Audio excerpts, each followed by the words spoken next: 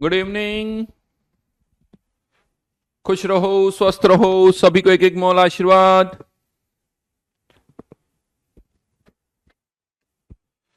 हाँ जी, क्या हाल है?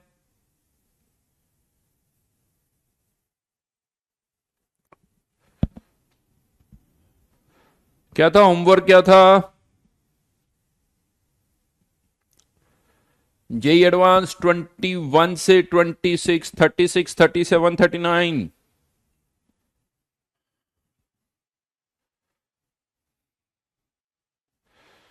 शुभांकर कह रहा है सर 11th से रिडॉक्स के लेक्चर देखे, इलेक्ट्रोकेमिस्ट्री तो दूर, सॉल्ट एनालिसिस के भी डाउट्स पूरे हो गए। बहुत बढ़िया जी, बहुत बढ़िया। Very good evening. टेस्ट था क्या?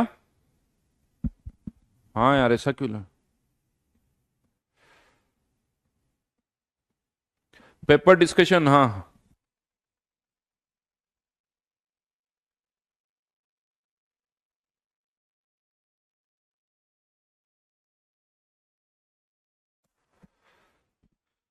Paper 2 rank 1, paper second rank 1 प्रिया। जल्दी से अपने मार्क्स लिखो पेपर 1 और पेपर 2 में।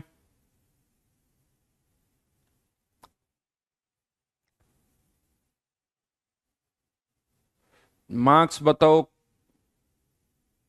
कौशल, लक्ष्य, प्रिया, अरविंद, दिव्यांशु, आयुष। जल्दी से अपने अपने मार्क्स लिखिए।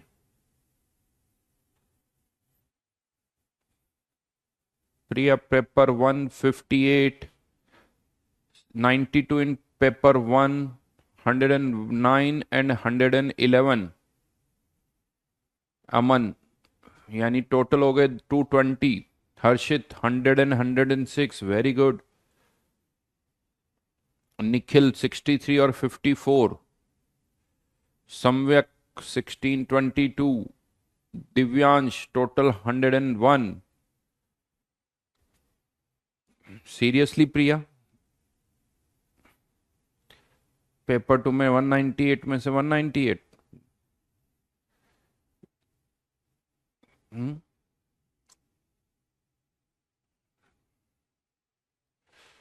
आयुष 58, 55, 54, 51 शेखर।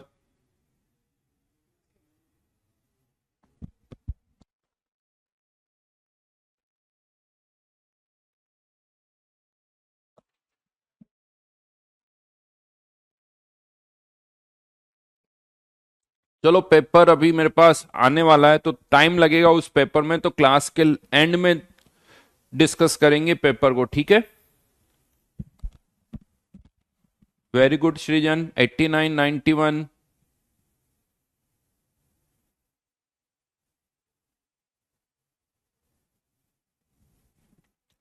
अविरल 43, 38, कम ही है अविरल। अभिषेक, करो, इंप्रूव करो। और किसी के मार्क्स जो बताना चाहते हो जल्दी से।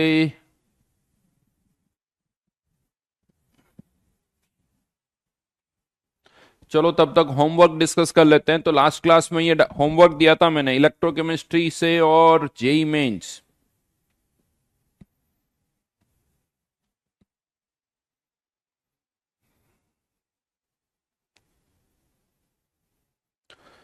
तो इलेक्ट्रोकेमिस्ट्री में क्या डाउट्स है, पहले तो जेई एडवांस की बात कर लेते हैं।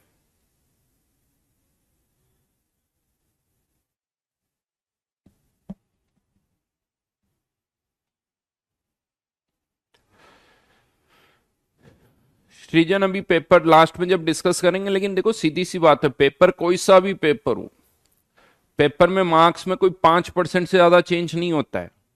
तो हम जो पेपर बनाते हो जेई के हिसाब से ही रहता है, सीधी सी बात है।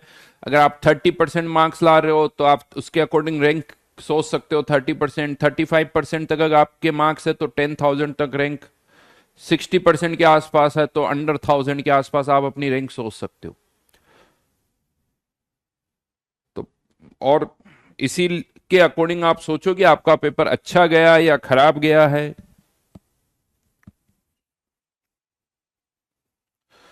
इलेक्ट्रोकेमिस्ट्री क्वेश्चन नंबर 21 से 26, कोई डाउट है इसमें? 21 से 26 में किसी को कोई doubt? 23, which pair of metal that is or are oxidized by nitrate ion? Nitrate ion को, नाइट्रेट आयन किसको नाइट्रेट आयन किसको ऑक्सीडाइज कर सकता है? राइट तो यहां पर नाइट्रेट आयन का हमें डेटा दे रखा है, रिडक्शन पोटेंशियल का डेटा दे रखा है नाइट्रेट आयन का 0.96। अब हमें देखना कि किसको ऑक्सीडाइज कर पाएगा, तो सीधी सी बात है जिनका ऑक्सीडेशन पोटेंशियल -0.96 से ज्यादा हो। बहुत आसान है यार, यानी जिनका ऑक्सीडेशन पोटेंशियल का डेटा -0.96 से ज्यादा होना चाहिए, तो इन सब को रिवर्स, ज्यादा समझ रहे हो ना, इससे ज्यादा होना चाहिए, इसको रिवर्स करो। तो मेरे हिसाब से आयरन को भी ऑक्सीडाइज कर सकता है, वेनेडियम को भी कर सकता है, तो दिल्ली सही हो गया। और किसको कर सकता है? गोल्ड को छोड़ के सबको ऑक्सीडाइज कर सकता है, गोल्ड को छोड़ के सबको ऑक्सीडाइज कर सकता है, इसीलिए कैलकाटा ऑप्शन गलत है, बाकी सारे सही है। अविरल यहां पर H2O कहां पिक्चर में आ गया भैया?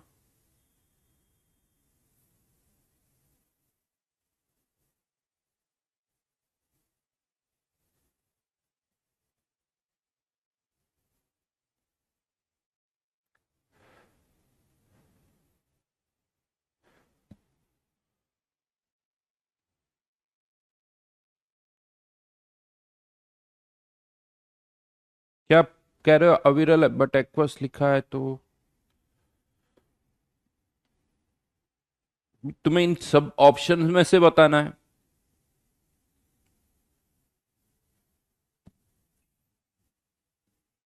नेक्स्ट,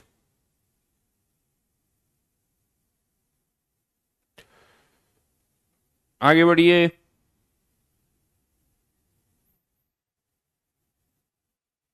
अमन क्या फर्क पड़ता है, हमें रिएक्शन से नहीं मतलब है, हमें उसके इलेक्ट्रोड पोटेंशियल से मतलब, और इस क्वेश्चन में तुम्हें उसका इलेक्ट्रोड पोटेंशियल दे रखा है 0.96। अब हो सकता है NO3 माइनस, राइट नाउ यहां पर +5 में है, नाइट्रोजन +2 में जा रहा हो सकता है, +1 में जा रहा हो, या -3 में जा रहा हो।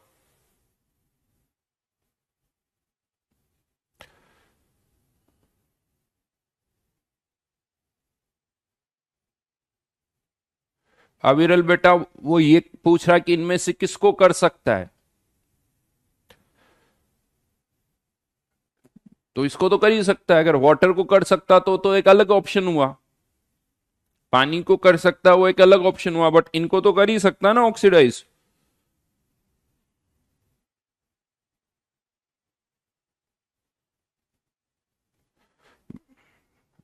वैसे एक और अच्छा क्वेश्चन मयंक ने पूछा, ये कैसे पता चल रहा है कि ये 0.96 जो है वो नाइट्रोजन का रिडक्शन, सॉरी NO3 माइनस का रिडक्शन पोटेंशियल का डेटा है। वो इस तरह से पता चल रहा है कि बाकी सारे डेटा भी रिडक्शन के हैं, इसीलिए समझ में आ रहा है कि जो 0.96 है वो भी नाइट्रेट आयन का रिडक्शन पोटेंशियल है। नेक्स्ट,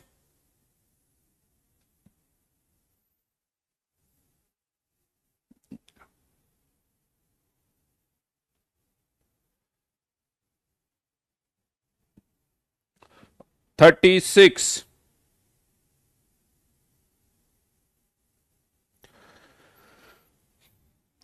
क्वेश्चन नंबर 36 में हमें इक्विलिब्रियम कांस्टेंट पूछा गया है। बड़ा इंटरेस्टिंग क्वेश्चन है ये 36।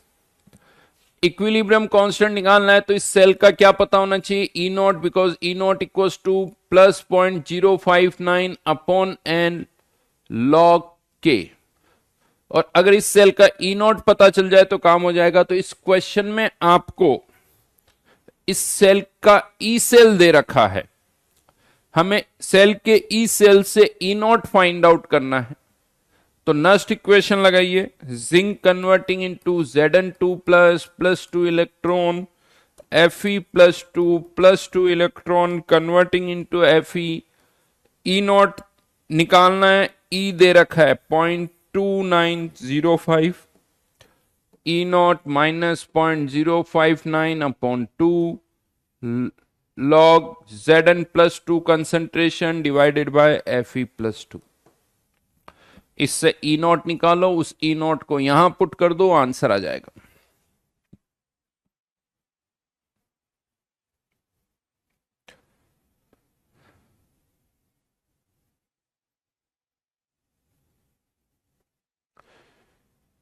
शुभ्रांशु, क्वेश्चन नंबर 26 में सारे डेटा दे रखे हैं। जिसका ऑक्सीडेशन हो रहा है उसका ऑक्सीडेशन पोटेंशियल, जिसका रिडक्शन हो रहा है उसका रिडक्शन पोटेंशियल का डाटा लिखो और उससे ई सेल निकालो। अगर ई सेल पॉजिटिव है तो वो रिएक्शन हो जाएगी।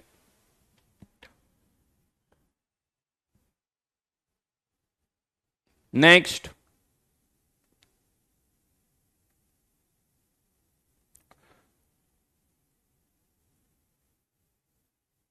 आगे बढ़िए। 39,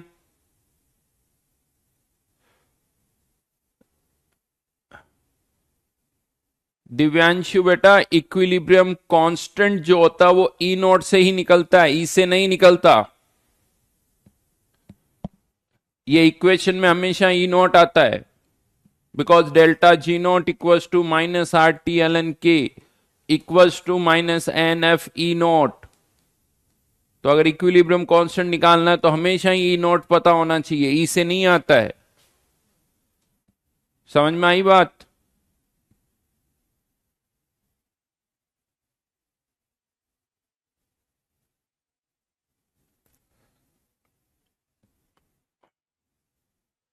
नेक्स्ट, क्वेश्चन नंबर 30।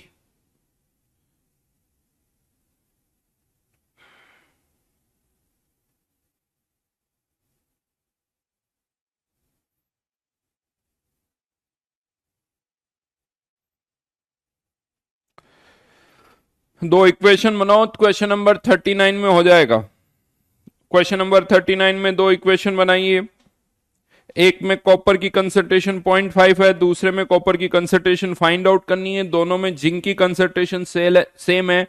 जब जिंक की कंसंट्रेशन सेम है तो दोनों इक्वेशन का जब डिफरेंस लोगे तो Zn वाली टर्म कैंसिल आउट हो जाएगी।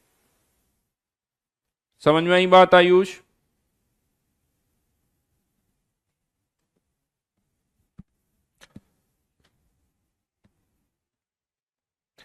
The concentration of copper sulphate in the cell with higher EMF, यानी ये ई हायर है, हायर, और equals to E not minus 0.06 upon 2 log. पहले तो आपको सेल रिएक्शन लिखनी होगी। डेनियल सेल है तो कॉपर का रिडक्शन, जिंक का ऑक्सीडेशन होता है, तो जिंक हमेशा ऊपर रहता है, कॉपर नीचे, और ये कंसंट्रेशन है 0.5। E lower equals to E not minus 0.06 upon 2 log Zn plus 2 concentration upon C. ये क्वेश्चन नंबर कौन सा है? 39। और इन दोनों का डिफरेंस कितना दे रखा है? इन दोनों का डिफरेंस हमें दे रखा है 0.03 का, यानी 1 में से 2 को माइनस कर दो, वो डिफरेंस कितना है? 0.03।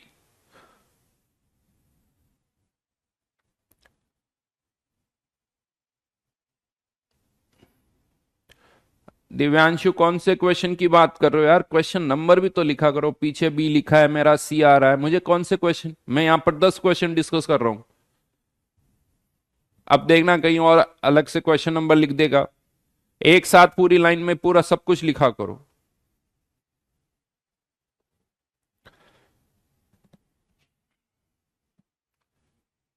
डन।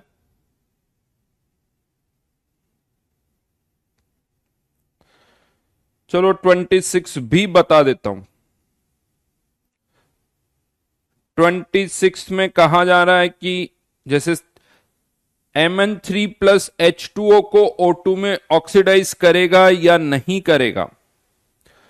तो अगर H2O का ऑक्सीडेशन हो रहा है तो O2, और Mn का क्या होगा, रिडक्शन।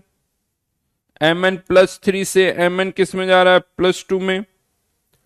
इसका डेटा दे रखा है -1.23, ये डेटा दे रखा है 1.50। तो बताओ क्या ये रिएक्शन होगी या नहीं होगी? बिल्कुल होगी। आगे आंसर और क्या है?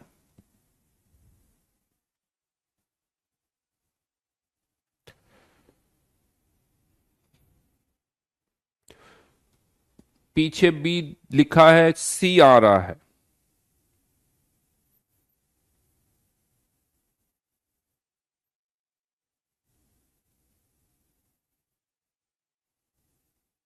क्वेश्चन नंबर 36 में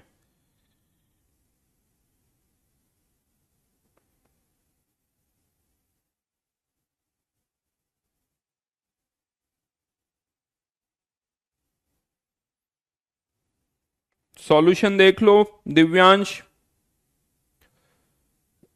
10⁻32 बॉम्बे ही लग रहा है यार मेरे को, बाकी कैलकुलेशन करके देख लेना।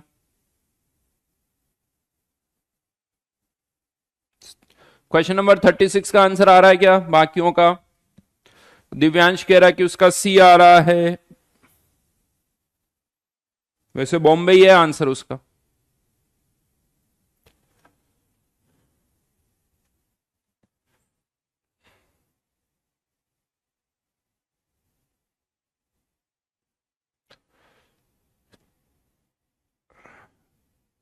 ठीक है। जेई मेंस, जेई मेंस भी दी थी मैंने आपको। कंडक्टेंस के अलावा बाकी सारे जेई मेंस के क्वेश्चन के लिए भी कहा था।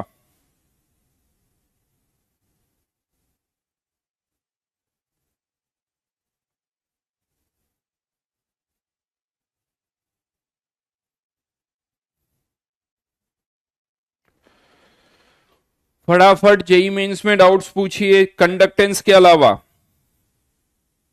29th,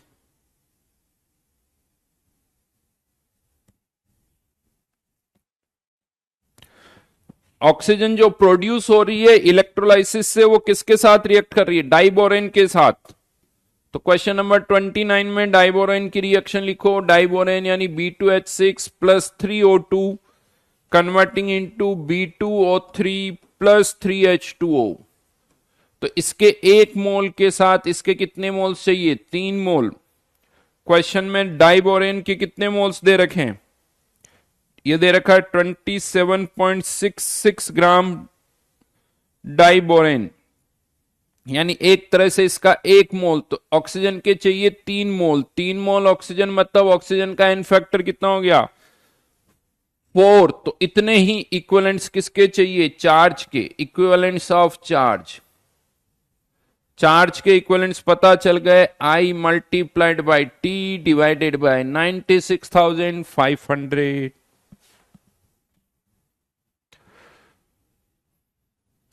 आदित्य बेटा क्वेश्चन नंबर 38 नहीं दिया था मैंने जेई एडवांस का। Question number 31, JEE mains question number 31, oxidation of succinate ion. Succinate ion का फॉर्मूला होता है CH2COO माइनस, CH2COO माइनस। और जब इसका ऑक्सीडेशन होता है तो इससे बनता है C2H4 इथाइलिन प्लस 2CO2। ये इसके ऑक्सीडेशन की रिएक्शन है, बैलेंस्ड भी है, +2 इलेक्ट्रॉन। तो यहां पर अगर हम इक्विवेलेंट्स की बात करें तो इसका एन फैक्टर इसका हो गया 2, इसका एन फैक्टर हो गया 1। तो 0.2 फेराडे चार्ज पास करने पर इसके भी 0.2 इक्विवेलेंट्स प्रोड्यूस होंगे, इसके भी 0.2 इक्विवेलेंट्स प्रोड्यूस होंगे, क्योंकि 0.2 फेराडे चार्ज यानी दोनों के 0.2 इक्विवेलेंट्स 0.2 इक्विवेलेंट्स, तो इसके मोल्स हो गए 0.1 मोल और इसके हो गए 0.2 मोल्स।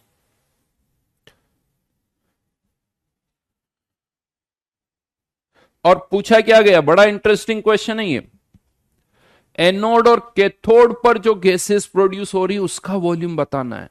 ये तो पता केवल कहां प्रोड्यूस हो रहा है, एनोड पर, ये तो केवल एनोड पर। एनोड पर कितने मोल्स प्रोड्यूस हुए, 0.3 मोल्स। कैथोड पर क्या होगा, सक्सीनेट आयन है तो, और तो पोटेशियम सक्सीनेट है तो के प्लस का तो नहीं होगा, तो कैथोड पर कौन जाएगा, H प्लस। तो H प्लस से क्या बनेगी, H2, तो कैथोड पर हाइड्रोजन और प्रोड्यूस होगी, और हाइड्रोजन के भी इतने ही इक्विवेलेंट्स होंगे, 0.2 इक्विवेलेंट्स कैथोड पर हाइड्रोजन के। H2 का इन फैक्टर कितना होता है, 2, तो इसके कितने इक्विवेलेंट्स हो गए, 0.2 इक्विवेलेंट्स, तो मोल्स कितने हो गए, 0.1 मोल। तो 0.1 मोल टोटल कर लो, 0.1, 0.2, 0.1। एनोड पर भी गैसेस प्रोड्यूस हो रही है, कैथोड पर भी गैसेस प्रोड्यूस हो रही है, तो टोटल जो मोल्स प्रोड्यूस होंगे वो 0.4 मोल्स होंगे। अब पीवी इक्वल्स टू एनआरटी लगा देना, आंसर आ जाएगा। बड़ा इंटरेस्टिंग क्वेश्चन है, मतलब मेंस लेवल का बिल्कुल नहीं है, अच्छा खासा, मतलब एडवांस में भी अच्छा क्वेश्चन है, एडवांस लेवल कह सकते हो आप इसे। और बोलिए जल्दी से।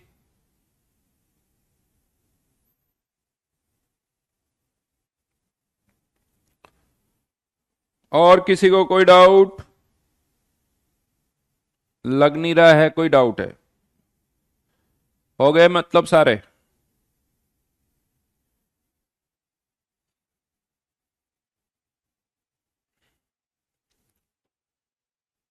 क्वेश्चन नंबर 35,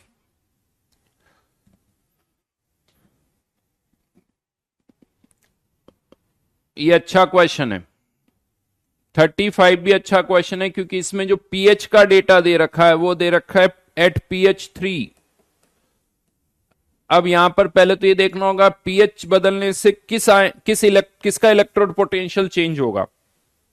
तो पीएच को बदलने पर यहां पर H प्लस आयन या OH आयन किस रिएक्शन में इन्वॉल्व है, क्लोरीन में नहीं इन्वॉल्व है, I2 में भी इन्वॉल्व नहीं है, लेकिन H प्लस आयन कौन सी रिएक्शन में इन्वॉल्व है, MnO4 minus converting into Mn2 plus plus 4H2O 8H plus plus 5 electron. तो यहां पर आपको MnO4 माइनस का रिडक्शन पोटेंशियल का डेटा दे रखा है 1.51 वोल्ट, इसको आपको कन्वर्ट करना होगा, बिकॉज ये ई नोट है, इससे आपको ई निकालना होगा किस पीएच पर, pH इक्वल्स टू 3 पर, यानी H प्लस आयन कंसेंट्रेशन 10 की पावर -3 पर। बाकी सारे आयंस की कंसेंट्रेशन 1 m मानो, बट H प्लस की कंसेंट्रेशन 10 की पावर -3। इसके इलेक्ट्रोड पोटेंशियल से ई नॉट से ई निकालो, और मेरे हिसाब से ये जो ई नॉट से आप ई निकालोगे ना, ये शायद ऐसा कुछ आएगा, हाँ 1.126, मतलब ये क्लोराइड आयन को रिड्यूस नहीं कर सकता, या सॉरी Cl आयन को ऑक्सीडाइज नहीं कर सकता, खुद रिड्यूस होगा लेकिन Cl आयन को ऑक्सीडाइज नहीं कर पाएगा, आयोडाइड आयन को कर पाएगा, ब्रोमाइड आयन को कर पाएगा, बट क्लोराइड आयन को ऑक्सीडाइज नहीं कर पाएगा, क्योंकि क्लोराइड आयन का ऑक्सीडेशन पोटेंशियल -1.36 है, दोनों का some negative. Then question number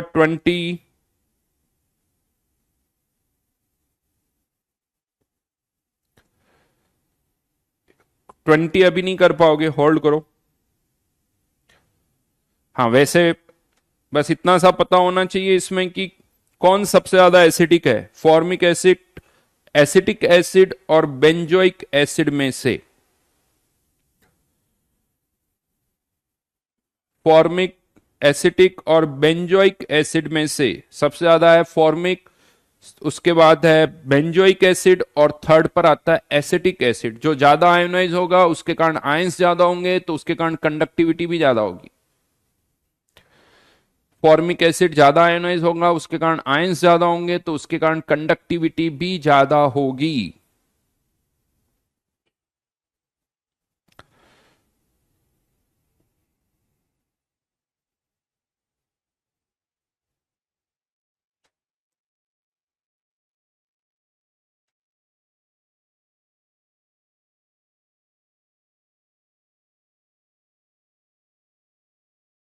question number 42 में delta G equals to minus N F E कर दो। 40 क्वेश्चन नंबर 42 डेल्टा जी दे रखा है माइनस एन एफ ई, जहां पर अब आपको देखना है कि एन की वैल्यू क्या होगी। एन की वैल्यू नंबर ऑफ इलेक्ट्रॉन्स कितने इन्वॉल्व है, एक एल्यूमिनियम के साथ 3 इलेक्ट्रॉन, तो 4/3 के साथ 4 इलेक्ट्रॉन। तो क्वेश्चन नंबर 42 में n इक्वल्स टू 4। सॉल्यूशन देख लो और समझ में आ जाएगा। रिएक्शन का डेल्टा जी पॉजिटिव है, सेल रिएक्शन का डेल्टा जी नेगेटिव है, तो वो रिएक्शन हो जाएगी और एल्यूमिनियम ऑक्साइड जो है वो रिड्यूस हो जाएगा एल्यूमिनियम में।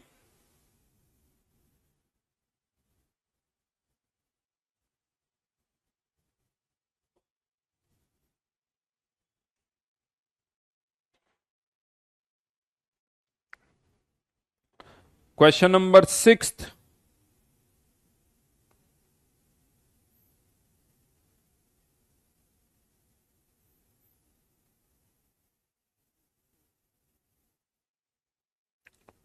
क्वेश्चन नंबर 6 में नेक्स्ट इक्वेशन लगाओ। सेल का सेल पोटेंशियल दे रखा है, ई नॉट का डेटा दे रखा है, Fe+3/Fe+2 का रेशियो आ जाएगा क्वेश्चन नंबर 6 में। शायद मैं पहले भी बता चुका हूं। Fe+3/Fe+2 का रेशियो आ गया तो उससे आप परसेंटेज निकाल सकते हो।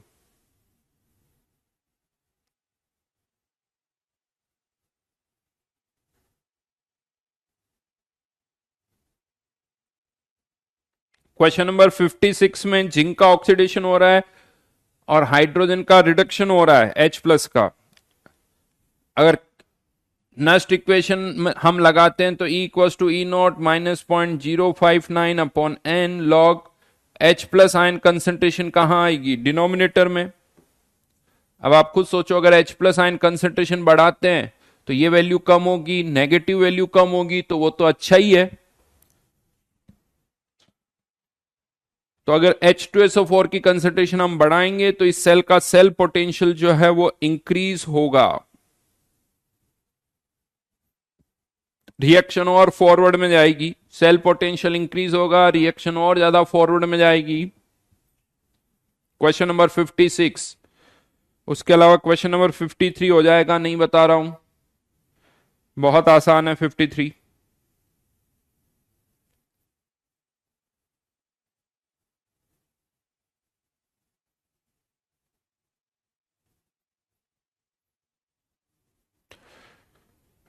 डन।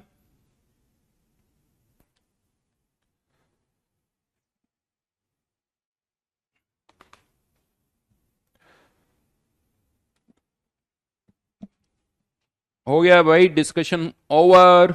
वापस आ जाते हैं लास्ट क्लास वाले पार्ट पर। तो लास्ट क्लास में मैंने आपको लेमडा एम बता दिया था।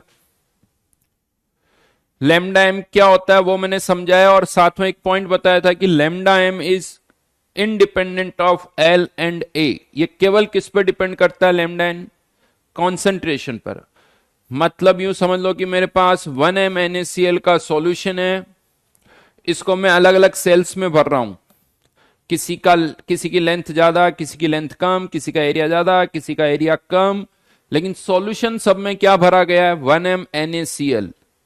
तो हर एक सेल से अगर आप लेमडा एम कैलकुलेट करते हो तो लेमडा एम की वैल्यू वही आएगी। हर एक सेल की कंडक्टेंस सेम नहीं होगी।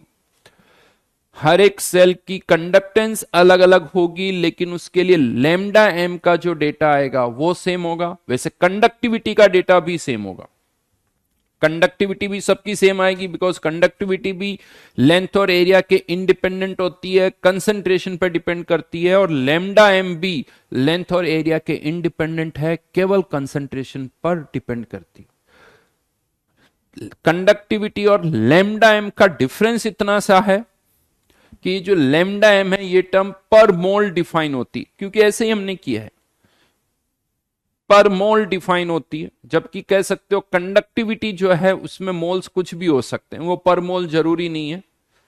सेल के अंदर कितने मोल्स है उससे कोई मतलब नहीं है, बट लैम्डा एम का जो डेटा हम निकाल रहे हैं वो पर मोल का निकाल रहे हैं। खैर अभी उस सेंटेंस से भी कोई ज्यादा मतलब नहीं है। अब इसका यूज क्या है वो मैं आपको समझाता हूं कि लैम्डा एम पता तो चल गया, what is lambda M, GL square upon N, इसे हम कहते हैं लैम्डा एम, राइट। अब सपोज करो मैं आपसे कहता हूं कि किसी भी सॉल्यूशन का लैम्डा एम फाइंड आउट करो, वो आप ऑन पेपर ही कर सकते हो।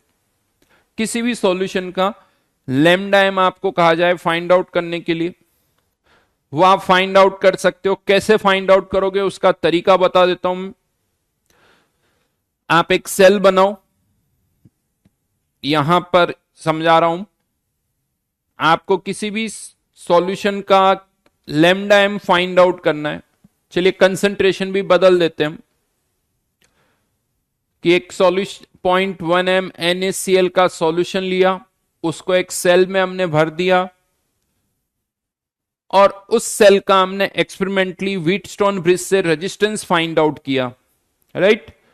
उस सेल का रेजिस्टेंस फाइंड आउट कर लिया, रेजिस्टेंस का इनवर्स करने से कंडक्टेंस का डेटा आ जाएगा। यहां कंडक्टेंस पुट कर दी, उस सेल की लेंथ पता थी वो पुट कर दी, उस सेल में कितने मोल्स थे वो भी यहां पुट कर दिए। ये सारे डेटा पुट करने पर आपको कंडक्टेंस पता चल जाएगी। या तो ये तरीका यूज करो, या दूसरा तरीका क्या है, सेल का रेजिस्टेंस आपको पता चल गया, रेजिस्टेंस से कंडक्टेंस पता चल गई, और कंडक्टेंस से चाहो तो कंडक्टिविटी भी निकाल सकते हो। कंडक्टेंस से कंडक्टिविटी कैसे निकलेगी, conductivity equals to conductance multiplied by length upon area. इससे उसकी कंडक्टिविटी पता चल गई, और कंडक्टिविटी डिवाइडेड बाय m करके भी आप लैम्डा एम फाइंड आउट कर सकते हो। ये दो ऑप्शन है जिससे हम लैम्डा एम फाइंड आउट कर सकते हैं। मतलब आप ये मान लीजिए लैम्डा एम निकालने के दो फॉर्मूले हो गए, GL स्क्वायर अपॉन N या फिर K अपॉन M। ये दो फॉर्मूले हैं लैम्डा एम कैलकुलेट करने के, जिससे हम लैम्डा एम फाइंड आउट कर सकते हैं। लेकिन अब इसकी इंपॉर्टेंस क्या है, ये वैल्यू जो हमने डिफाइन की इसकी इंपॉर्टेंस क्या है वो मैं समझाता हूं।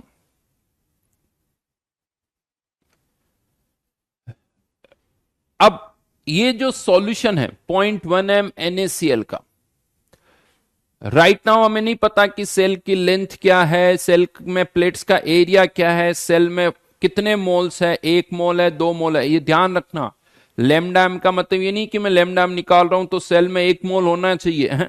ऑन पेपर आप लैम्डा एम की कैलकुलेशन करते हो, जो सेल आपने बनाया है उसमें कितने मोल्स है उससे कोई लेना देना नहीं है। बट अब हमें पता है कि अगर ये सॉल्यूशन है, अगर 0.1 m NaCl का सॉल्यूशन है, तो उसका लैम्डा एम तो वही रहेगा, लैम्डा एम चेंज नहीं होगा।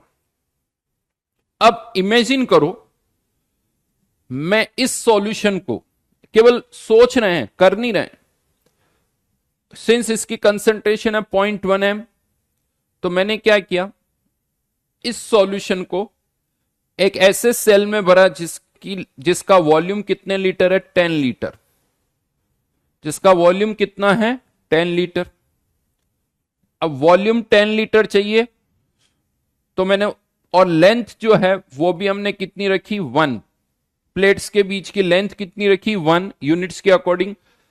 तो यहां से मैं एरिया निकाल सकता हूं, एरिया जो भी आ रहा होगा वो हम एरिया यहां से फाइंड आउट कर सकते हैं। ताकि वॉल्यूम कितने लीटर हो जाए, 10 लीटर, राइट। अब आप इमेजिन करो कि मैंने एक ऐसा सेल लिया है जिसमें लेंथ जो है प्लेट्स के बीच की वो कितनी है 1, वॉल्यूम कितना है 10 लीटर, कंसंट्रेशन कितनी है 0.1 m NaCl। क्यों 10 लीटर लिया है? क्योंकि 10 लीटर 0.1 m, तो नंबर ऑफ मोल्स कितने हो गए 1। इस सेल में ये वाला सॉल्यूशन फिल कर दिया हमने, तो इसका लैम्डा एम तो वही रहेगा, लैम्डा एम तो चेंज होगा नहीं जो आपने फाइंड आउट किया था। वापस रिपीट कर रहा हूं ताकि आपको रिकॉल हो जाए।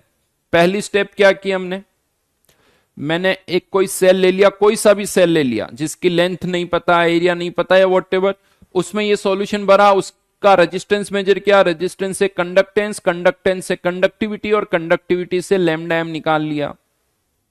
और अब हम इमेजिन, अब लैम्डा एम का डेटा है मेरे पास कि इसका लैम्डा एम इतना है। अब मैं इसी सॉल्यूशन को एक दूसरे सेल में भर रहा हूं तो लैम्डा एम तो अभी भी वही रहेगा, लैम्डा एम का डेटा चेंज नहीं होगा। लेकिन अब इस पर्टिकुलर सेल के लिए, इस पर्टिकुलर सेल के लिए लैम्डा एम हमें पता है, लैम्डा एम किसके बराबर होता है G into L square upon N.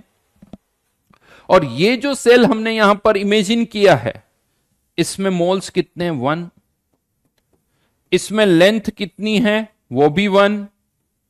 तो इस सेल की जो कंडक्टेंस होगी, कंडक्टेंस जो होगी वो किसके बराबर होगी, लैम्डा एम के बराबर होगी। यानी अगर मुझे ये लैम्डा एम पता है तो मुझे इस सेल की कंडक्टेंस पता चल गई। लैम्डा एम पता, उससे इस सेल की कंडक्टेंस पता चल गई। सोचो आप, मैंने ये कह दिया कि ये जो लैम्डा एम है वो इस सेल की कंडक्टेंस है, राइट। अब सुनना मेरी बात को, लेट्स से मैंने क्यों लैम्डा एम को इंट्रोड्यूस किया था, लैम्डा एम को कंपैरिजन करने के लिए। सपोज करो आपके पास भी एक और सॉल्यूशन है 0.1 m KCl का, 0.1 m KCl का सॉल्यूशन है, और आपको यह पता करना है कि यार किसकी कंडक्टिंग पावर ज्यादा है, NaCl की या KCl की, दोनों में से किसकी कंडक्टिंग पावर ज्यादा है। आप क्या करोगे, इसका भी लैम्डा एम निकाल लो, इसका भी लैम्डा एम का डेटा निकाल लो। 2 बार तो लक्ष्य यही चीज बता चुका हूं कि लैम्डा एम कैसे निकालना है, यहां पर लिख भी दिया था मैंने, ये भी बता दिया था कि ये लैम्डा एम का फॉर्मूला, उससे लैम्डा एम निकाल लो। तो इस 0.1 m KCl से भी लैम्डा एम का डेटा निकाल लो। अब लैम्डा एम का जो वैल्यू आई है, लैम्डा एम किसी भी सेल से निकाला जा सकता है, लेकिन अब आप उसको ऐसे सोचो कि ये जो लैम्डा एम है ये कंडक्टेंस के बराबर हो जाएगी। यहां पर हम क्या देख रहे हैं कि अगर एक सेल है जिसमें मोल्स 1 है और सेल की लेंथ 1 है, तो उस सेल का जो कंडक्टेंस होगी वो किसके बराबर होगी, लैम्डा एम के बराबर होगी। यानी जिसका लैम्डा एम ज्यादा उसकी कंडक्टेंस भी ज्यादा। आराम से समझाऊंगा, अभी तुम चिंता मत करो, और एक बार मैं और समझाऊंगा। तो ये लैम्डा एम कंडक्टेंस के बराबर आ रही है। अब आपने मान लो 0.1 m KCl के लिए किया, चलो मैं एक और एग्जांपल से थोड़ा और लिख के बताता हूं। लेट्स से मेरे पास 0.1 m NaCl का सॉल्यूशन है और 0.1 m KCl का सॉल्यूशन है, ठीक है। रैंडमली ऐसे कोई डेटा ले रहा हूं, इसको मैंने क्या किया, एक सेल लिया जिसमें मान लो लेंथ थी 5 सेंटीमीटर, एरिया भी कुछ था, एरिया मान लेते हैं कुछ 10 सेंटीमीटर स्क्वायर, ठीक है। और इस सेल में हमने इस सॉल्यूशन को भर दिया, और इसका एक्सपेरिमेंटली रेजिस्टेंस मेजर कर सकता हूं या नहीं कर सकता हूं, बताओ कैसे करेंगे, इसका रेजिस्टेंस मेजर करेंगे कैसे। इस सॉल्यूशन को सेल में भरा और उस सेल का क्या मेजर किया हमने, रेजिस्टेंस, व्हीटस्टोन ब्रिज से, व्हीटस्टोन ब्रिज से उसका रेजिस्टेंस मेजर कर लिया और रेजिस्टेंस के इनवर्स से किसकी वैल्यू आ गई, कंडक्टेंस की। कंडक्टेंस से क्या निकाल ली मैंने, कंडक्टिविटी, और कंडक्टिविटी से हमने क्या निकाल लिया, लैम्डा एम, राइट। यानी इस सॉल्यूशन के लिए हमें लैम्डा एम की वैल्यू पता चल गई। अब मैंने 0.1 एम केसीएल के लिए भी एक सेल लिया, ये सेल कोई और है, मान लो इसमें लेंथ है 10 सेंटीमीटर, इसमें एरिया है 20 सेंटीमीटर स्क्वायर। इसके लिए भी आपने रेजिस्टेंस मेजर किया और रेजिस्टेंस से वापस यहां पर भी रेजिस्टेंस से कंडक्टेंस, कंडक्टेंस से कंडक्टिविटी, और कंडक्टिविटी से क्या निकाल लिया आपने, इसका लैम्डा एम। अब राइट नाउ आप कह सकते हो ये एक अलग सेल है, ये एक अलग सेल है। अगर मैं कहूं कि इसकी कंडक्टेंस ज्यादा, इसकी कंडक्टेंस कम, कंडक्टेंस से नहीं बता सकते कि किसकी कंडक्टिंग पावर ज्यादा है। क्यों नहीं बता सकता हूं कि इसकी कंडक्टेंस और इसकी कंडक्टेंस से नहीं बता सकता कि किसकी कंडक्टिंग पावर ज्यादा है। क्यों नहीं बता सकता, क्योंकि ये एक अलग सेल है और ये एक अलग सेल है, दोनों सेल ही अलग अलग है। तो हम इससे इनकी कंडक्टिंग पावर को कंपेयर नहीं कर सकते। वापस बोल रहा हूं, किससे कंपेयर नहीं कर सकता हूं, कंडक्टेंस से। अगर इसकी कंडक्टेंस भी पता चल गई, इसकी कंडक्टेंस भी हमें पता चल गई, लेकिन इससे नहीं बताया जा सकता कि किसकी कंडक्टिंग पावर ज्यादा है। क्यों नहीं बताया जा सकता, क्योंकि ये एक अलग सेल है, ये एक अलग सेल है। लेकिन अब हमने क्या किया, यहां से भी हमने लैम्डा एम की वैल्यू निकाल ली, यहां से भी हमने लैम्डा एम की वैल्यू निकाल ली, और अब मुझे यह पता है, अब मुझे यह पता है कि ये जो लैम्डा एम होता है ये केवल कंसंट्रेशन पर डिपेंड करता है। अब मैं यहां पर सब इमेजिन कर रहा हूं, इमेजिन क्या कर रहा हूं, मैंने इसी सॉल्यूशन को 0.1 एम NaCl के सॉल्यूशन को एक ऐसे सेल में भरा जिसकी लेंथ 1 है और उसका वॉल्यूम कितने लीटर है, 10 लीटर। एरिया आप निकाल सकते हो, एरिया जितना भी होना चाहिए। अगर length 1, volume 10 litre, since volume अगर 10 लीटर है तो मोल्स कितने आ जाएंगे उस सेल में, इसके 1 मोल आएंगे, मोलरिटी इनटू वॉल्यूम से 10 इंटू 0.1, तो उस सेल में मोल्स कितने होंगे, 1। तो इस सेल की जो कंडक्टेंस होगी, इस सेल की जो कंडक्टेंस होगी वो इसी लैम्डा एम के बराबर होगी। और अब यहां पर भी मैं जब सेल को इमेजिन कर रहा हूं तो सिंस यहां पर भी कंसंट्रेशन तो वही है 0.1 एम KCl, तो इसके लिए भी जो सेल इमेजिन किया जा रहा है उसकी भी लेंथ 1, उसका भी वॉल्यूम 10 लीटर, तो उस सेल की जो कंडक्टेंस होगी वो इस लैम्डा एम के बराबर है। तो यानी ये दोनों के लैम्डा एम जो है वो आपको कंडक्टेंस का आइडिया दे रहे हैं, लेकिन कौन से सेल की कंडक्टेंस का, जब लेंथ 1 हो वॉल्यूम 10 लीटर हो, लेंथ 1 वॉल्यूम 10 लीटर, मतलब यहां पर ये दोनों सेल जो है उनकी साइज, उनकी लेंथ, उनका एरिया सेम है। यानी यहां पर length 1, length 1, volume 10 litre, volume 10 litre, moles यहां पर भी 1, मोल्स यहां पर भी 1। तो जिसकी कंडक्टेंस ज्यादा होगी उसकी कंडक्टिंग पावर ज्यादा होगी, और कंडक्टेंस किसकी ज्यादा होगी, जिसका लैम्डा एम ज्यादा होगा। मतलब ये जो दोनों लैम्डा एम का डेटा आया है, इन दोनों लैम्डा एम से हम इन दोनों की कंडक्टिंग पावर को कंपेयर कर सकते हैं। कह सकता हूं कि जिसका लैम्डा एम ज्यादा उसकी कंडक्टिंग पावर ज्यादा, जिसका लैम्डा एम ज्यादा उसकी कंडक्टिंग पावर ज्यादा। समझ रहे हो, ये लैम्डा एम वही रहेगा, ये लैम्डा एम वही रहेगा। हां, लेकिन ये यहां कंडक्टेंस कुछ और होगी, ये कंडक्टेंस कुछ और है, ये कंडक्टेंस कुछ और है। कुछ समझ में आ रही मेरी बातें? तो लैम्डा एम से कंपेयर कर सकता हूं मैं। सपोज करो, एक और बात समझाता हूं, एक बार और अलग तरह से समझा रहा हूं। मान लो, सोचो आपके पास कोई सेल है जिसमें लेंथ 1 नहीं है, जिसमें एरिया आप कुछ भी है, और आपने उस सेल का रेजिस्टेंस फाइंड आउट कर लिया, रेजिस्टेंस से कंडक्टेंस, कंडक्टेंस से कंडक्टिविटी निकाल ली और कंडक्टिविटी से लैम्डा एम निकाल लिया। अब आपके पास जो सेल है वो अलग है। अब आप उस डेटा से यानी लैम्डा एम निकालने के बाद आप कह सकते हो कि यार लेट से तुम्हारा एक फ्रेंड है, तुम्हारे फ्रेंड को तुम कहते हो कि एक काम करो, तुम एक ऐसा सेल बनाओ जिसमें लेंथ 1 है, वॉल्यूम 10 लीटर है, उसमें अगर यही सॉल्यूशन भर दोगे तो कह देना कि उस सेल की जो कंडक्टेंस होगी वो इस लैम्डा एम के बराबर होगी। मैं उस सेल की कंडक्टेंस बता सकता हूं। इसी को मैं थोड़ा थर्मोडायनेमिक्स से रिलेट करता हूं।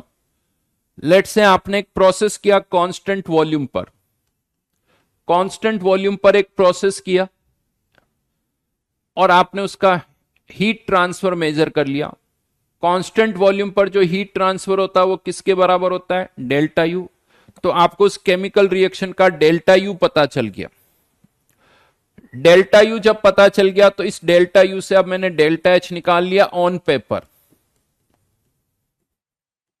Delta H equal to delta U plus delta NCERT. और ये जो डेल्टा एच मैंने यहां निकाला ये मुझे क्या बता रहा है कि अगर मैं इसी केमिकल रिएक्शन को कांस्टेंट वॉल्यूम की जगह अगर मैं कांस्टेंट प्रेशर पर करूंगा तो उस केमिकल रिएक्शन का जो हीट ट्रांसफर होगा वो इसी डेल्टा एच के बराबर होगा। यानी यहां से जो आपने डेल्टा एच निकाला है ये उसी केमिकल रिएक्शन का हीट ट्रांसफर होगा अगर आप उस केमिकल रिएक्शन को कांस्टेंट प्रेशर पर करते हो। यानी किसी और कंडीशन का मैं हीट ट्रांसफर बता रहा हूं, यहां कंडीशन कुछ और है। यहां से पहले क्यू मेजर किया, क्यू से डेल्टा यू से डेल्टा एच आ गया, और अब ये डेल्टा एच से मैं क्या बता रहा हूं कि यार तुम इसी केमिकल रिएक्शन को किसी और कंडीशन पर करोगे ना तो उस कंडीशन का देखो हीट ट्रांसफर जो है वो डेल्टा एच के बराबर होगा। यानी यहां से मैंने किसी और कंडीशन का हीट ट्रांसफर बता दिया जो इस कंडीशन के क्यू से अलग होगा। कांस्टेंट वॉल्यूम का क्यू अलग होता है, कांस्टेंट प्रेशर का क्यू अलग होता है, लेकिन हम कांस्टेंट वॉल्यूम के क्यू से कांस्टेंट प्रेशर का क्यू बता पा रहे हैं। कांस्टेंट वॉल्यूम के क्यू से कांस्टेंट प्रेशर का क्यू का डेटा बता पा रहे हैं। इस तरह से उसी तरीके से इस सेल की कंडक्टेंस अलग है, इस सेल की कंडक्टेंस अलग है, लेकिन दोनों का लैम्डा एम सेम है। यहां से कंडक्टेंस से मैंने लैम्डा एम निकाला और ये कह रहा हूं कि ये जो लैम्डा एम है एक ऐसे सेल की कंडक्टेंस है जिसमें लेंथ 1 है, वॉल्यूम 10 लीटर है, उस सेल की कंडक्टेंस इसके बराबर होगी। राइट? कुछ समझ में आ रही मेरी बातें? हाँ या ना? कुछ समझ में आई मेरी बातें? यस या नो कुछ लिखो यार, मजा नहीं आएगा ऐसे तो।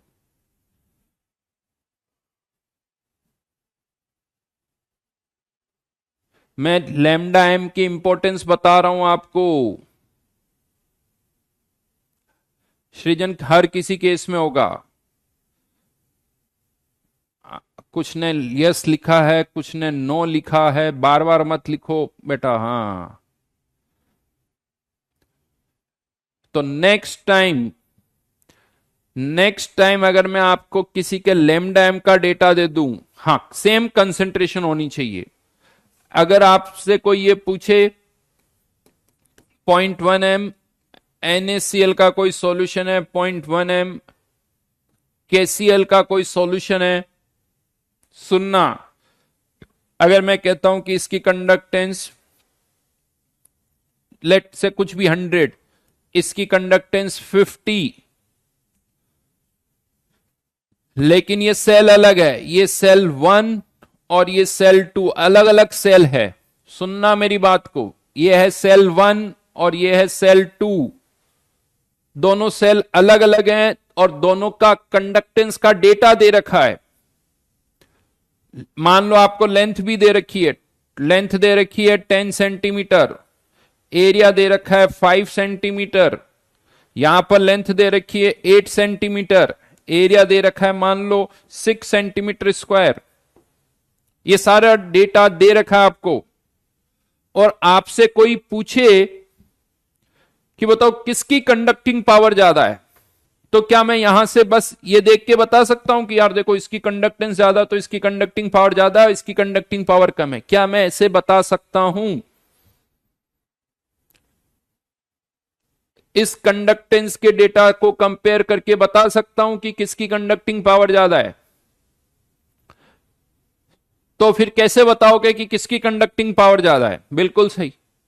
क्या करें अगर मुझे इन दोनों की कंडक्टिंग पावर पर कमेंट करना है?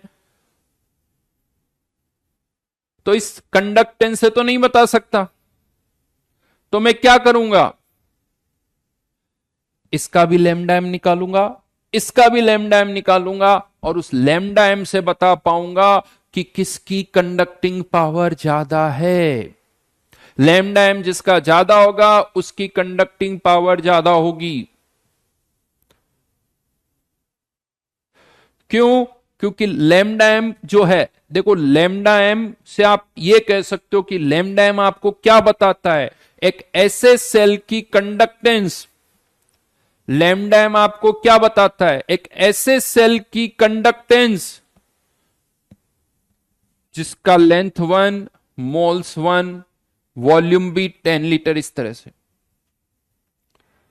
एक इमेजिनरी सेल की आपको कंडीशन बता रहा, कंडक्टेंस बता रहा है, और वो इमेजिनरी सेल यहां जैसा है यहां पर भी वैसा ही है। तो अगर आप लैम्डा एम को इमेजिन करते हो तो यहां पर भी वो इमेजिनरी सेल वैसा ही होगा, यहां पर भी इमेजिनरी सेल वैसा ही होगा। तो अब कह सकते हो कि अच्छा उस इमेजिनरी सेल की जो कंडक्टेंस होगी इसके लैम्डा एम के बराबर होगी, उस इमेजिनरी सेल की कंडक्टेंस जो होगी वो इसके लैम्डा एम के बराबर होगी। तो कंडक्टेंस किसकी ज्यादा होगी? जिसका लैम्डा एम ज्यादा होगा, यानी जिसका लैम्डा एम ज्यादा उसकी कंडक्टिंग पावर ज्यादा।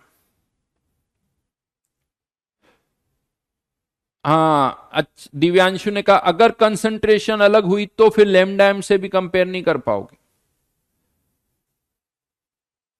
आयुष, वॉल्यूम 10 लीटर हमेशा नहीं लिया है, राइट? मोल्स 1 आने चाहिए। वॉल्यूम इस तरह से सेलेक्ट करो कि मोल्स 1 आए। अगर ये तो कंसंट्रेशन 0.1 है, अगर मान लो कंसंट्रेशन 1 होती तो वॉल्यूम 1 लीटर लेते। लेंथ 1 होनी चाहिए, मोल्स 1 होने चाहिए, क्योंकि लेंथ और मोल्स अगर 1 1 होंगे तभी कंडक्टेंस लैम्डा एम के बराबर होगी, जी इंटू एल स्क्वायर। तो लेंथ और मोल्स 1 1 होने चाहिए। होपफुली मेरी बात समझ में आई होगी। बहुत समझाने की मैंने कोशिश की है, मुश्किल जरूर है, थोड़ा इमेजिन करना पड़ता है क्या हो रहा है, बट कोशिश मैंने पूरी की है। ढंग से सुनना उसी चीज को 2 3 बार, एग्जाम्पल्स भी मैंने लिए हैं जिससे आपको वही सारी बातें समझ में आ जाए फाइनली। लेकिन अब यहां पर लैम्डा एम का जो फॉर्मूला हमारे पास, जैसा मैंने कहा था 2 फॉर्मूले, एक तो ये फॉर्मूला है जी इंटू एल स्क्वायर और दूसरा है के बाय एम। अगर मैं इस फॉर्मूले की बात करूं, इससे यूनिट्स की बात करें तो जी की यूनिट क्या है? साइमंस। एल की यूनिट सेंटीमीटर स्क्वायर, मोल्स नीचे तो मोल इनवर्स। ये इस लैम्डा एम की यूनिट्स हो गई। अभी मैं और एक पॉइंट पर आ रहा हूं, पहले यूनिट्स की बात कर लेते हैं।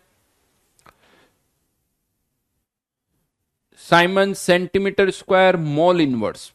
अच्छा, एक चीज मैं और बता दूं आपको, बहुतों के दिमाग में ये कि ये लैम्डा एम क्या कंडक्टेंस है? नहीं है। क्या लैम्डा एम कंडक्टिविटी है? नहीं है भाई। हां, लेकिन इस लैम्डा एम की जो वैल्यू है, न्यूमेरिकल वैल्यू, वो कभी कंडक्टेंस के बराबर भी आ सकती है और कंडक्टिविटी के बराबर भी आ सकती है। कब होगी लैम्डा एम की वैल्यू कंडक्टेंस के बराबर? जब N1 होगा, L1 होगा। या लैम्डा एम की वैल्यू कंडक्टिविटी के बराबर कब होगी? जब कंसंट्रेशन 1m होगी। यानी if molarity equals to 1 then lambda M equals to conductivity. If moles 1 है, लेंथ 1 है, तो लैम्डा एम की वैल्यू किसके बराबर हो जाएगी? कंडक्टेंस के बराबर। लेकिन ये वैल्यू बराबर हो रही है, क्या लैम्डा एम आपको लगता है कंडक्टेंस है? नहीं है। लैम्डा एम कंडक्टिविटी नहीं, हमेशा नहीं है, कभी कभी हो सकता है, वो मैथमेटिकल है।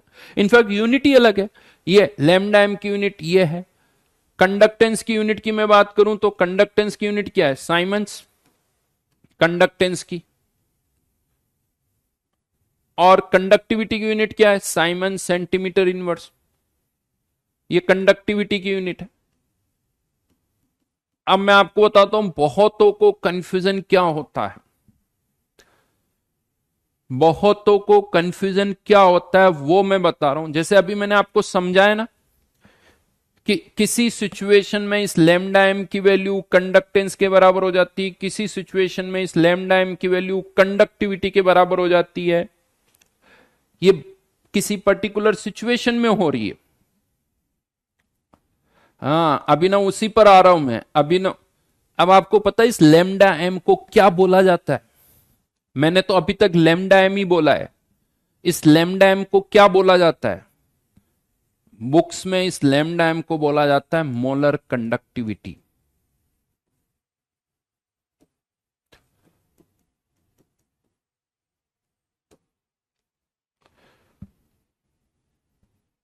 मोलर कंडक्टिविटी या कभी कभी मोलर कंडक्टेंस भी बोल देते हैं।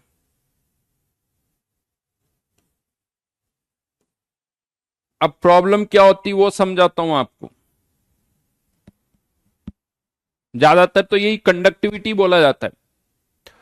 अब जैसे ही मैं ये नाम लेता हूं मोलर कंडक्टिविटी, ऐसा लगता है कि यार ये तो कंडक्टिविटी है। ऐसा लगता है कि ये तो कंडक्टिविटी, जबकि ये कंडक्टिविटी नहीं है। ना तो ये कंडक्टिविटी है ना ये कंडक्टेंस है, ये लेमडा एम है। हाँ, समटाइम्स इसकी वैल्यू कंडक्टिविटी के बराबर हो सकती है, समटाइम्स इसकी वैल्यू कंडक्टेंस के बराबर हो सकती है।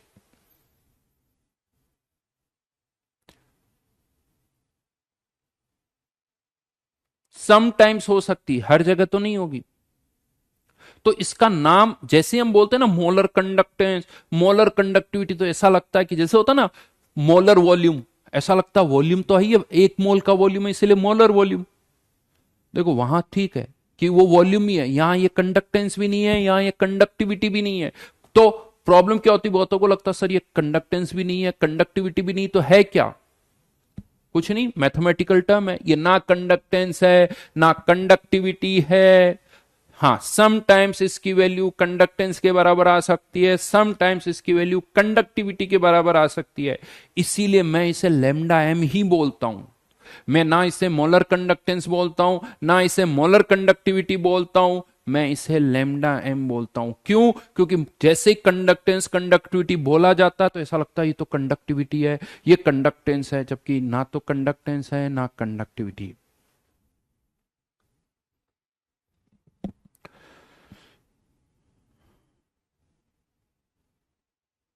बिल्कुल ऋतुराज, इसीलिए मैंने इसकी कोई डेफिनेशन नहीं लिखवाई।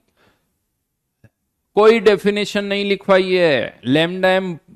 हाँ, बुक्स में बोला जरूर जाता है, लेकिन मैं इसीलिए आपसे कह रहा हूं कि ना तो इसे कंडक्टिविटी बोलना ना इसे कंडक्टेंस बोलना।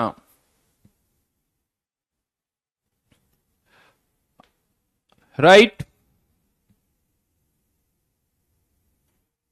बिल्कुल, यूनिट्स ही अलग अलग है, बिल्कुल सही कहा। इसकी यूनिट अलग है, इसकी यूनिट अलग है, और इसकी यूनिट अलग है। ठीक है। अच्छा, यहीं पर इसकी यूनिट में ये सेंटीमीटर की जगह आप मीटर भी लिख सकते हो।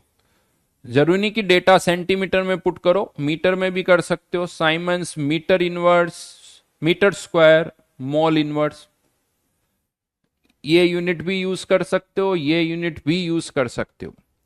लेकिन अब मैं इस वाले फॉर्मूले पर आ रहा हूं। ये तो मैंने आपको समझा दिया कुछ बातें। यहां एक प्रॉब्लम और होती है। ये जो फॉर्मूला हमने लिखा ना के लेमडा एम इक्वल्स टू के बाई एम, इस फॉर्मूले में एक प्रॉब्लम होती है। ये जो के है, या तो ये साइमन सेंटीमीटर इनवर्स में होगा या साइमंस मीटर इनवर्स में होगा। और ये जो डेटा हमारे पास होता है वो मोल्स पर लीटर का होता है ज्यादातर। अब मोल्स पर लीटर का डेटा है, ये सेंटीमीटर इनवर्स या मीटर इनवर्स, तो ये तो सब अलग अलग सिस्टम में है। अगर ये साइमन सेंटीमीटर इनवर्स में है तो पता है ये कंसंट्रेशन किस में होनी चाहिए, मोल्स पर सेंटीमीटर क्यूब में होनी चाहिए, और ये मोल्स पर मीटर क्यूब में होनी चाहिए। एक ही सिस्टम फॉलो करना होगा। समझ में आ रही मेरी बात, कि अगर के साइमन सेंटीमीटर इनवर्स में है तो ये concentration moles per centimetre cube में होनी चाहिए, अगर ये साइमन मीटर इनवर्स में है तो ये मोल्स पर मीटर क्यूब होनी चाहिए। बट क्वेश्चन में तो डेटा आपको मोल्स पर लीटर में ही गिवन होगा, तो अब आपको मोल्स पर लीटर के डेटा को इसमें कन्वर्ट करना होगा। तो कैसे कन्वर्ट करेंगे वो बता रहा हूं। तो if K is in Simon centimetre inverse, तो यहां पर ये साइमन सेंटीमीटर इनवर्स में है, तो मोलरिटी भी किस में होनी चाहिए, मोल्स पर सेंटीमीटर क्यूब में। और हमारे पास जो डेटा वो मोल्स पर लीटर का है, तो मुझे मोल्स पर लीटर के डेटा को मोल्स पर सेंटीमीटर क्यूब में कन्वर्ट करना होगा। वो कैसे करूंगा सोचो। अगर 1 लीटर में किसी के x मोल है तो सेंटीमीटर क्यूब क्या होता है, 1 ml। अगर 1 लीटर में x मोल है तो 1 ml में तो मोल्स और भी कम होंगे, 1000 टाइम्स कम होंगे। तो ये जो वैल्यू यहां आएगी वो क्या आएगी, के साइमन सेंटीमीटर इनवर्स, ये मोलरिटी मोल्स पर लीटर वाली, उसको किससे डिवाइड कर दूंगा, 1000 से, तो वो 1000 यहां ऊपर चला जाएगा, 1000 यहां ऊपर चला जाएगा। यानी अब देखो हमेशा जब आप लिखोगे तो इस तरह से यूनिट्स नहीं लिखोगे, यूनिट्स नहीं लिखोगे। तो यहां पर अब मैं यूनिट्स हटा के लिख रहा हूं के इंटू 1000, लेकिन ध्यान रखना अब ये जो एम है यहां पर, ये एम यहां पर मोल्स पर लीटर वाला है। यानी नेक्स्ट टाइम अब क्वेश्चन आए तो यहां पर जो एम पुट करोगे वो मोल्स पर लीटर वाला ही पुट करोगे।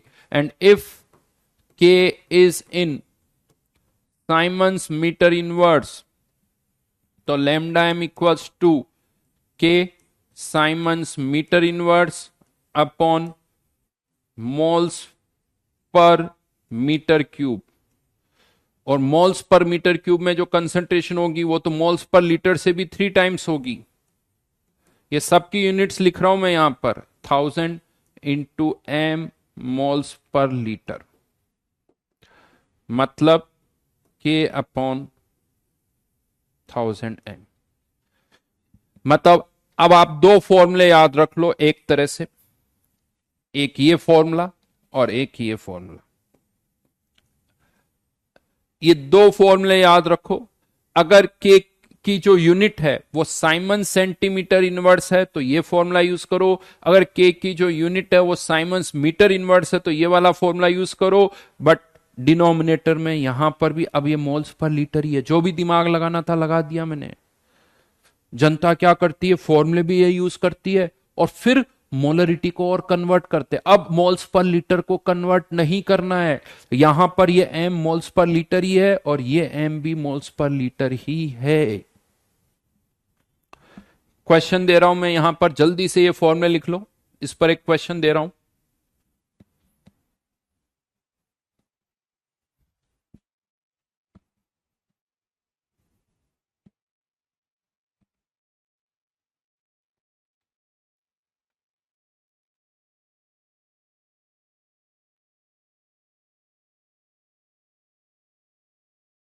लिख लिया।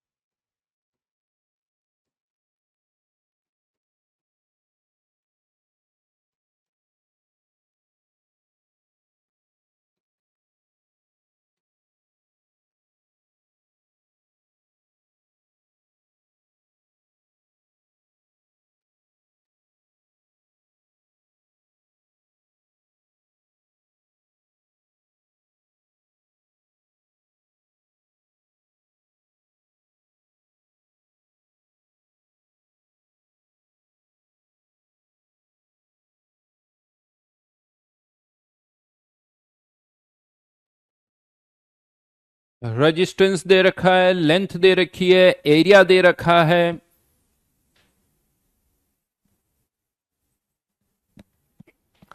कंडक्टेंस, कंडक्टिविटी और लैम्डा एम की वैल्यू फाइंड आउट करनी है।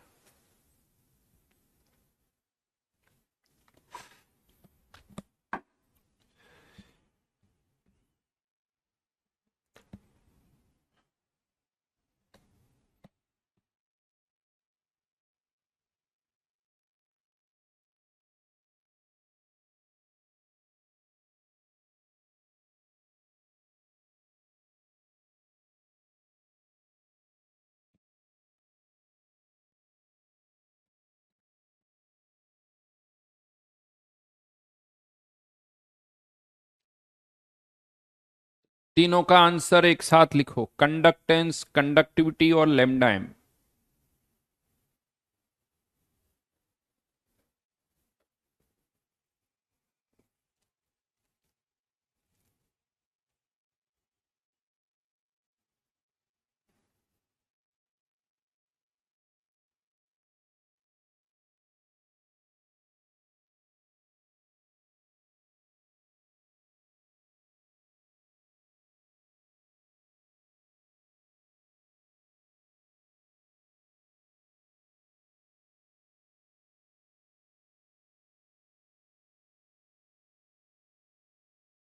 पॉइंट 015 और 25। अमन का आंसर आया है 0.015 और 25 सेंटीमीटर में। यूनिट सेंटीमीटर वाली ही यूज करना, जो भी डेटा पुट कर रहे हो सेंटीमीटर में ही पुट कर देना, कन्वर्जन नहीं करना है बेटा। कंसंट्रेशन किस में, यही भूल गए, वेरी गुड, बहुत बढ़िया दीपक बेटा। सीखो कुछ मत लेकिन भूलो बहुत कुछ। एक चीज सीखने के लिए 10 चीजें भूल जाओ। सीख, एक चीज जो सिखा रहा हूं वो तो नहीं सीखेंगे लेकिन भूलेंगे 10 चीज।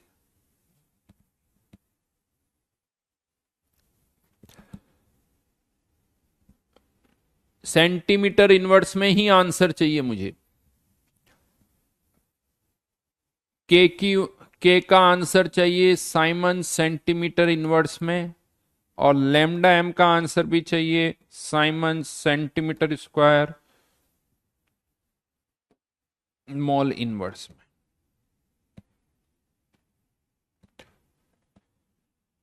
ये गलत है क्या answer?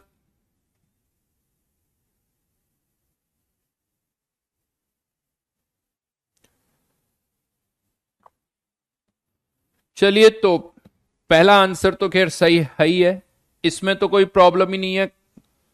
Conductance equals to 1/100 siemens, unit wise कह सकते हो। Conductivity 1/100, length 10 centimetre, area 2 centimetre, तो ये हो गया 0.05 साइमन सेंटीमीटर इनवर्स।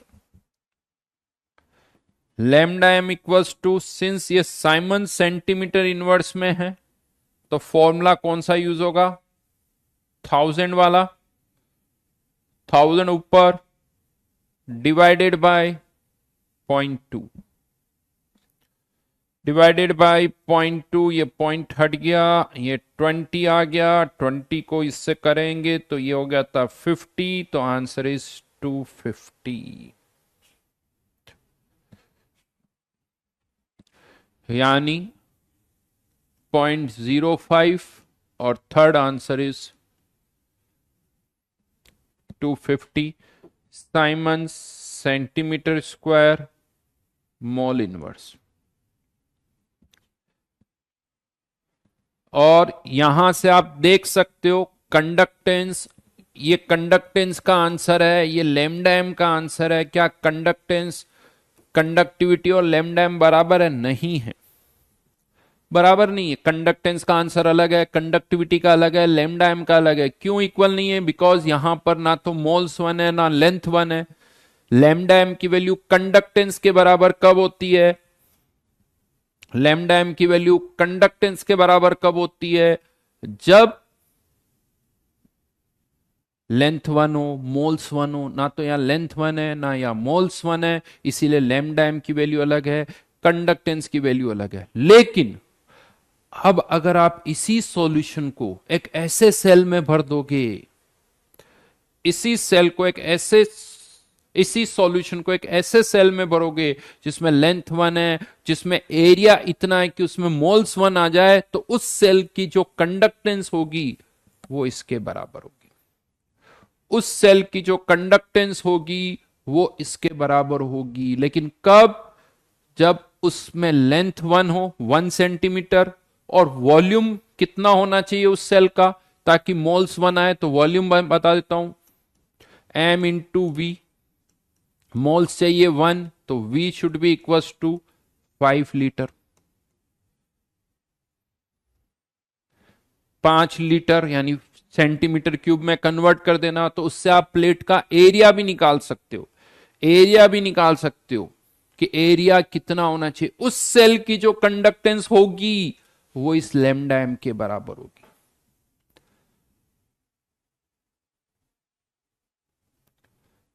जिसका वॉल्यूम 5 लीटर होगा, लेंथ 1 सेंटीमीटर होगी, उस सेल की कंडक्टेंस 250 के बराबर होगी। राइट? तो कुल मिला के 3 टर्म्स डिफाइन हो गई जो आपके सामने यहां पर लिखी हुई है। तीनों के फॉर्मूले पता होना चाहिए। देखो फैक्ट क्या वो मैं बता दूं, बहुतों को नहीं भी पता होता सर लैम्डा एम क्या है, बस फॉर्मूला याद होता है। एक चीज बता दूं, एट द एंड ये 2 फॉर्मूले याद कर लो, बात खत्म। सर फॉर्मूला पता है हमें, कोई टेंशन नहीं है। अब किसी को लैम्डा एम समझ में आए ना आए, उसको अगर फॉर्मूले पता है तो क्वेश्चन तो हो ही जाते हैं भाई, क्वेश्चन तो हो ही जाते हैं।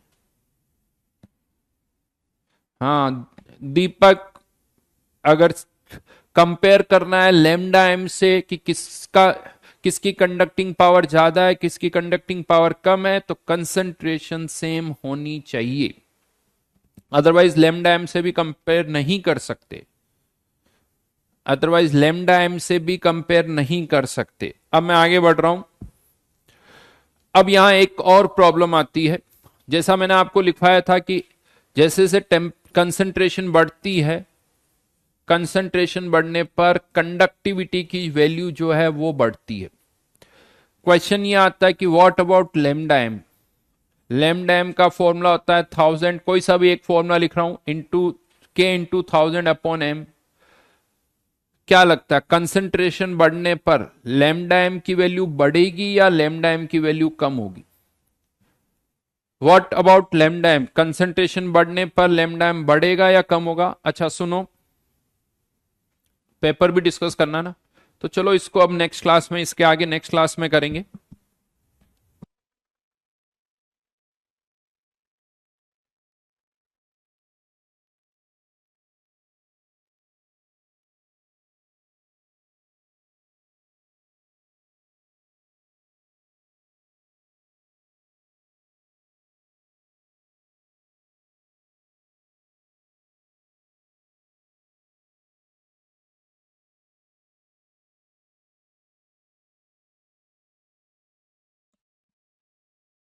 हाँ जी हाँ जी, चलो अभी यहीं तक करते हैं।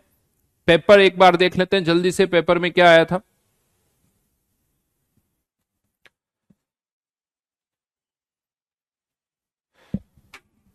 डाल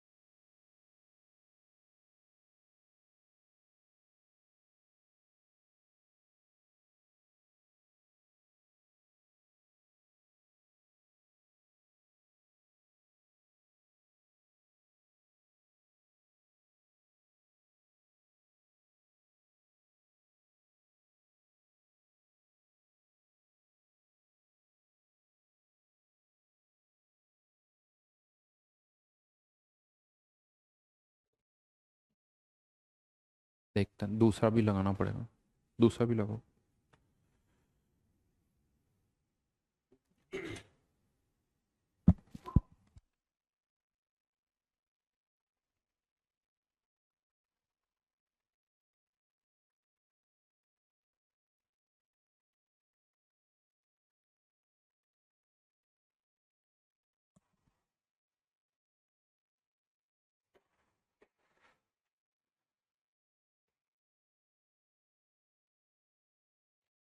हाँ जी।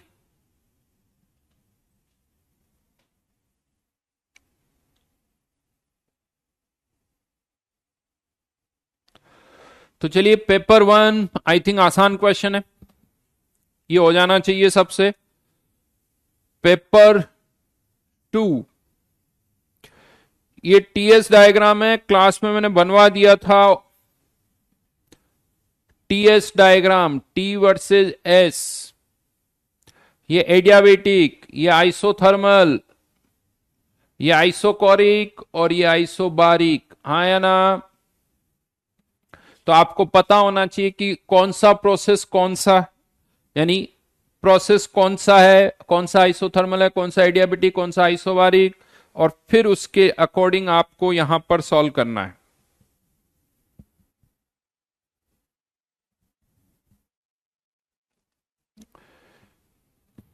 अब आसान है, बस ये पता करना है कि प्रोसेस कौन सा है, और सब में टेम्परेचर यहां पर अगर हम देखें T1 से कितना हो रहा है, T2 एंट्रोपी चेंज कुछ डेटा दे रखा है, वो आप इजीली कर सकते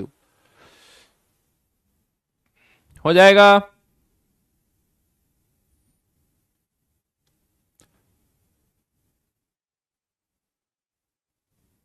इनमें से कौन सी रिएक्शन होगी, कौन सी रिएक्शन नहीं होगी, अगेन एक बहुत सिंपल सा क्वेश्चन ही दिया मैंने। तो यहां पर आप, जिसका ई नॉट सेल पॉजिटिव होगा वो रिएक्शन होगी, जिसका ई नॉट सेल नेगेटिव होगा वो रिएक्शन नहीं होगी। देन आर्हेनियस इक्वेशन का क्वेश्चन है, एक्टिवेशन एनर्जी निकालनी होगी आपको। यहां पर टेम्परेचर 27 से 47 डिग्री सेल्सियस, तो रेट जो है वो 4 टाइम्स हो गई, यानी ln4 equals to EA upon R, 1/300 minus 1/320। यहां से EA अपॉन R की वैल्यू निकाल लो, वही आपका स्लोप होगा। लेकिन यहां पर गड़बड़ हो सकती है, लॉग बेस 10 है, तो जो स्लोप होगा वो EA अपॉन 2.303 R होगा।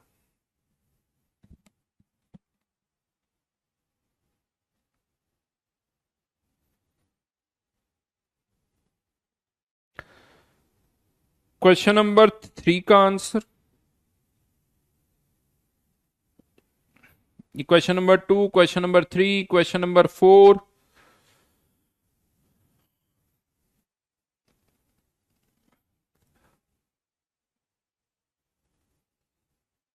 ये बड़ा आसान क्वेश्चन है भाई।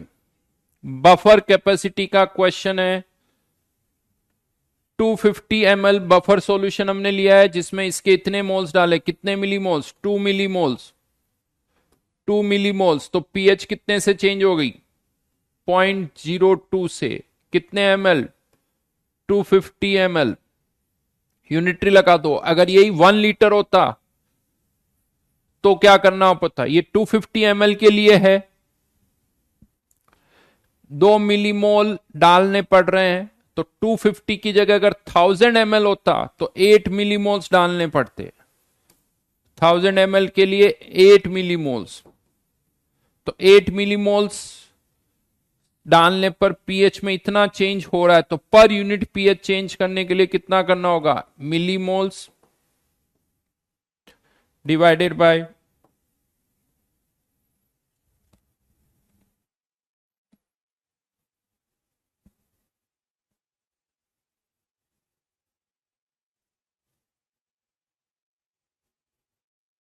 राइट।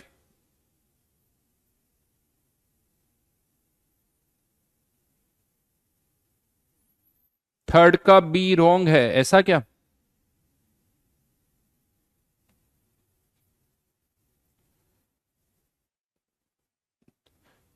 आई थिंक इसका आंसर ए और सी है। आंसर इसका आगरा और कैलकटा ही है।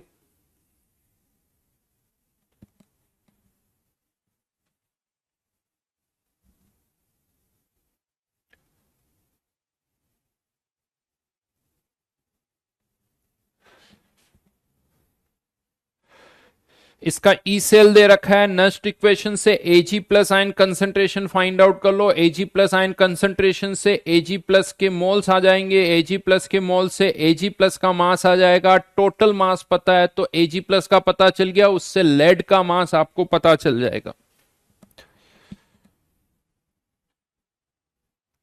समझ में आई मेरी बात? नस्ट इक्वेशन लगाओ, सिल्वर प्लस की कंसंट्रेशन निकालो, सिल्वर प्लस की कंसंट्रेशन से सिल्वर के मोल्स पता चल जाएंगे, वॉल्यूम दे रखा है, मोल्स पता चल गए तो उससे सिल्वर का मास आ गया, टोटल मास पता है तो लेड का मास पता चल जाएगा, और फिर आप उससे परसेंटेज निकाल सकते हो। वैसे सिल्वर का परसेंटेज निकाल लो, उससे 100 से माइनस कर दो तब भी हो जाएगा।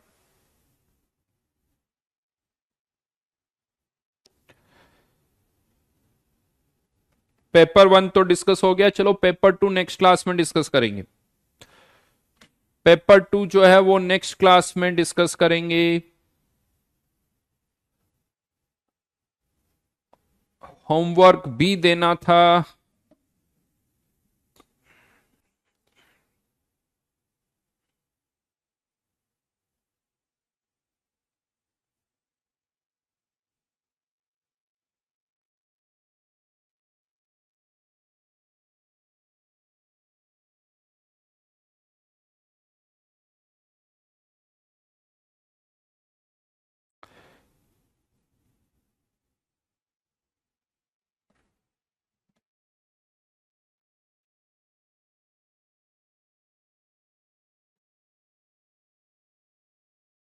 क्वेश्चन नंबर 76 से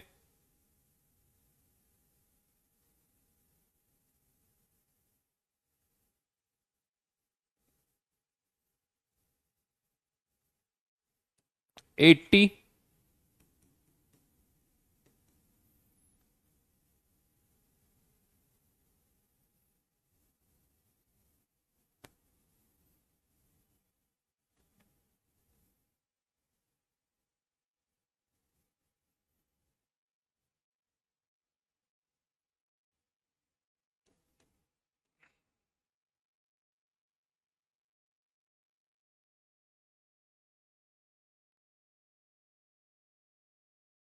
चलो बस इतना ही है, बहुत कम है, ये हम नेक्स्ट क्लास में डिस्कस करेंगे।